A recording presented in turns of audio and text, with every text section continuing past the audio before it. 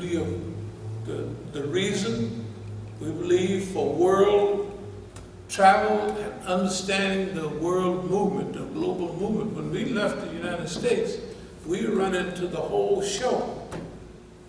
When the Quran says travel in the earth and see what was the end of those before you, travel in the earth that you seek knowledge, hey man, that's serious. The minute you leave, just imagine leaving America. And people aren't measuring in miles.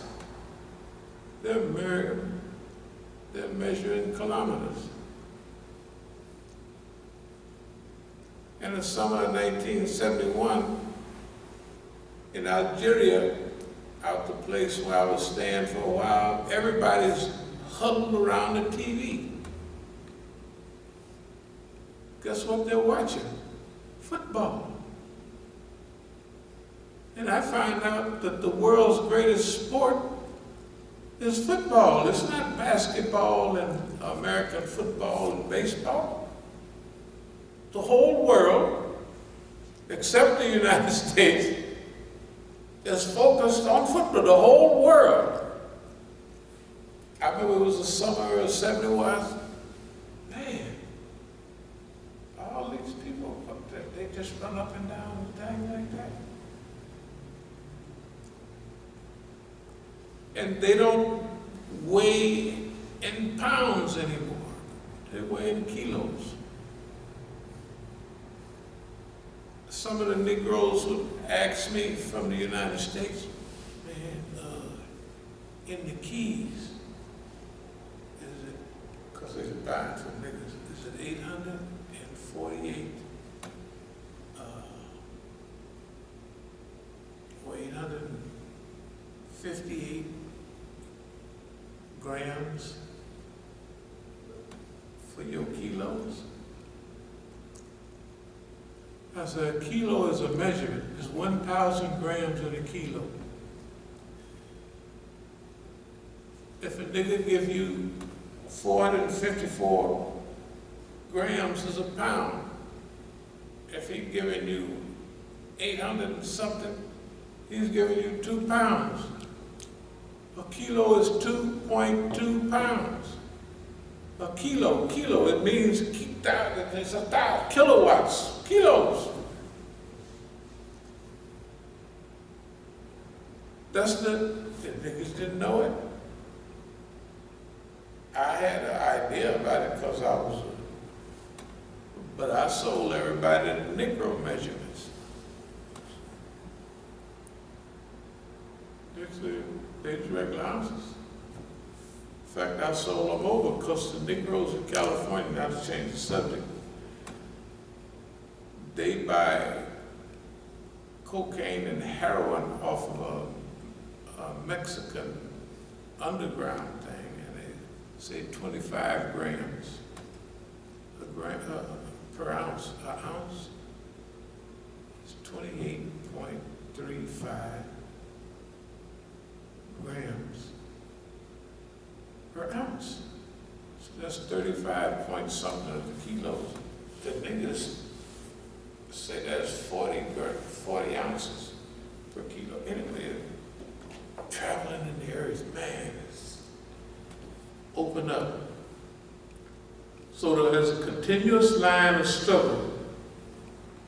When we talk about Stalingrad to Oakland, Stalingrad was a turning point in World War II. You have to look that battle up, and you have to understand that it was the turning point. Over 1 million people died in that battle, Stalingrad. But it broke the back of the German advance. From then on, there was no more victories for the German army, for the Wehrmacht. No more victories on it. It was the beginning of the end.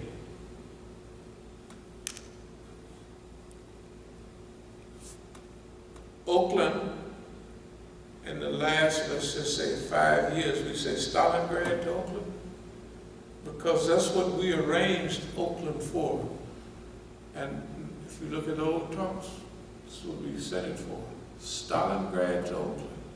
That Oakland is going to be the turning point in the Islamic movement in North America. And it has become that. Okay, we're going to speak up. So people, we call it riding the broom. That's when people sit around and wait for you. He's going to go broke. His wife is going to leave him. He's going to lose his car. That's called riding the broom on somebody.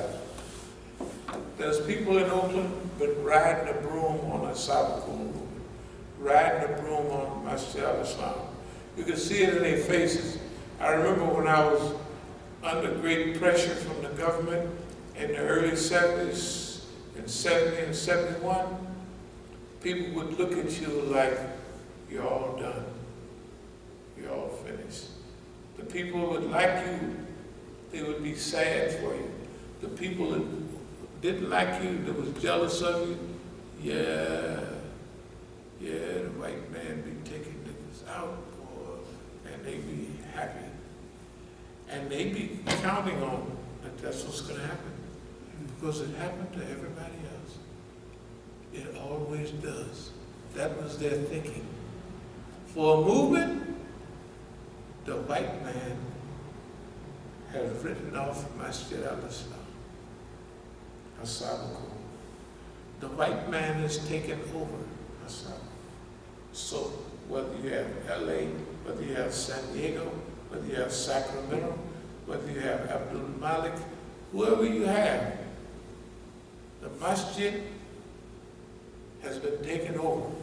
And right across the little bridge to a city called Alameda, that's right next to the Oakland. Musa, the Imam there, gave bayah at our conference. I don't know if you ever remember.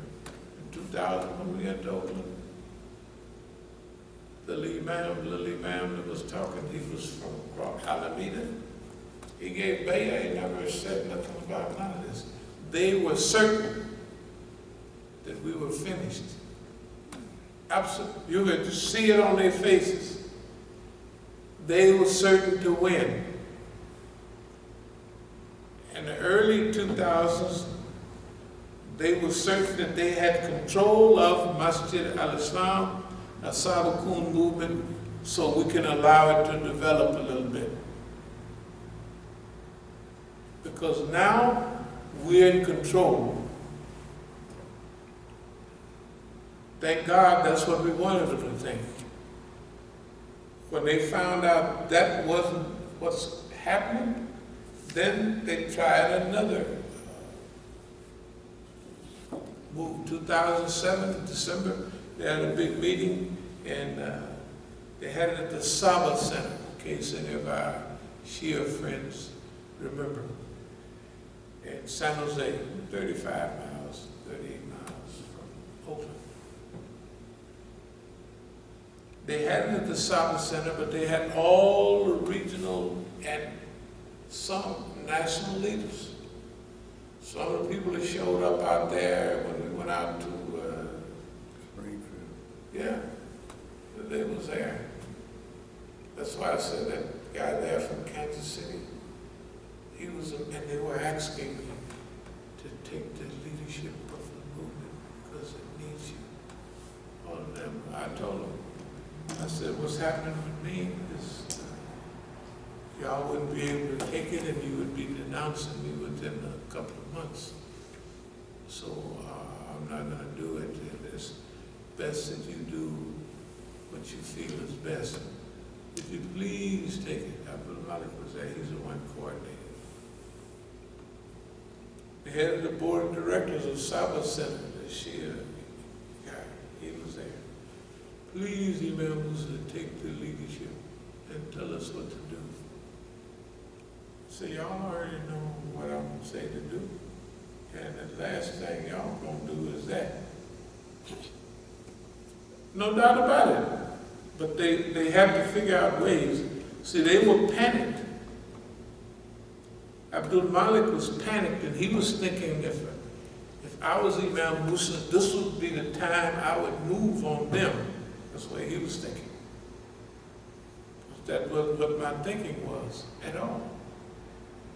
And I didn't do it. So They said strike when the iron is hot, right?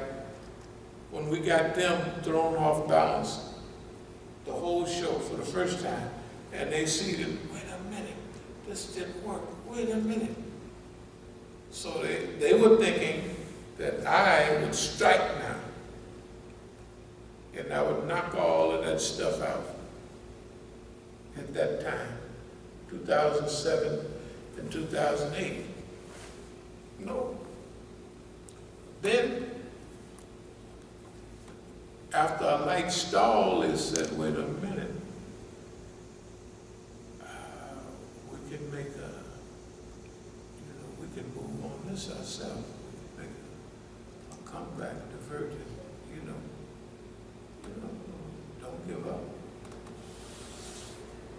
And Abdul-Malik started feeling his oats. They got Mukhtar in place. So then, for a couple of years, we let things go along. Then at the right time, we fed them the information that we wanted to feed them, to make them react the way we wanted them to be. Those people with misplaced hope, those people that were part of Imam Mu'tadin Muhammad's community and cut Imam Mu'tadin Muhammad's throat. The reason I left the community was not because of Imam Mu'tadin Muhammad. It was because of the niggas right there in Oakland and everywhere I went. Imam Mu'tadin Muhammad was changing the whole process. He needed help. And if you go right now, you know what you see in Oakland? They had a big school. They had a cultural center. They had the big mosque. That used to belong to a Catholic church. By the 70s, all the Catholics were moving out of Oakland. The white folks were moving out. So the Nation of Islam, every group was raising money to buy an airplane for Elijah Muhammad, and his grandson, Sultan, was a pilot, if y'all remember. He was a pilot. When the messenger got his plane, they had a reserve of money. They bought that whole school, Catholic school, huge cultural center. The cultural center is bigger than this Masjid. Beautiful Masjid, everything, all that property. They had 2 or 3 of these big 3-story houses, 2 or 3-story houses, all paid for. You know what they did? I went down there maybe about 20 years ago. There was a sign on the wall. It said,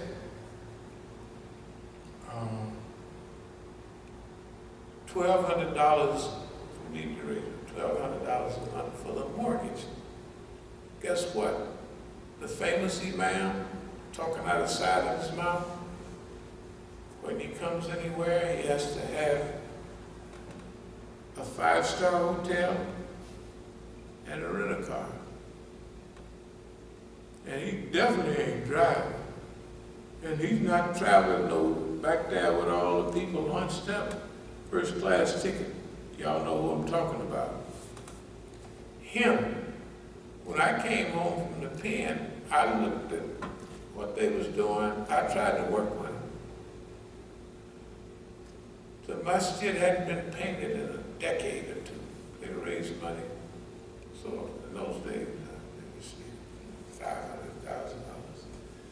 I gave it to them. The place was never painted. I did the best I could down there. But from the leadership on down was hitting me with, well, I got this girl over here, she's trying to help me get paid, and I need to ask her. So, players are my friends, and I know the game. said, a stupid pretty boy trying to get in the game, had a dope fiend. A woman, no, she's telling me, you get me to have dope like that, then you know what I mean. Because she slick, she know this stupid fool that talks flowery discourse, wants to be a player. Everybody wants to be a player in the play. Anyway, I'm out of the pen trying to be upright, and everybody there trying to get me to give them some dope or put them up on something. I said, man, this is cold-blooded. So I had to leave to save my soul. Anyway, so anybody got any ideas? All that talk about Imam Musa left because he didn't like the chief. The problem is I like the chief, and they was cutting the chief's throat and sold the property. They're kicked out of the Masjid. All those big houses around there that they own, those nurseries and all that, don't belong no more. The niggas got loans on the property and kept borrowing and borrowing and borrowing. Now somebody told me they meet in one of the little centers, but all that property is gone. They don't own it anymore. And we saw them Negroes was $2 niggas from the beginning. So if you're in Oakland and you're putting your faith at $2 niggas, you're not smart. And also, if you thought that Mukhtar and them niggas was scaring us to death and there's the reason we left Oakland, no, we left Oakland, as you'll see soon, as part of a plan. Draw them in deep and then snap their head off. That's what we've done. We whooped the United States government's behind in Oakland. We whooped the Oakland Police Department's behind in Oakland. That's what we've done. Do not get this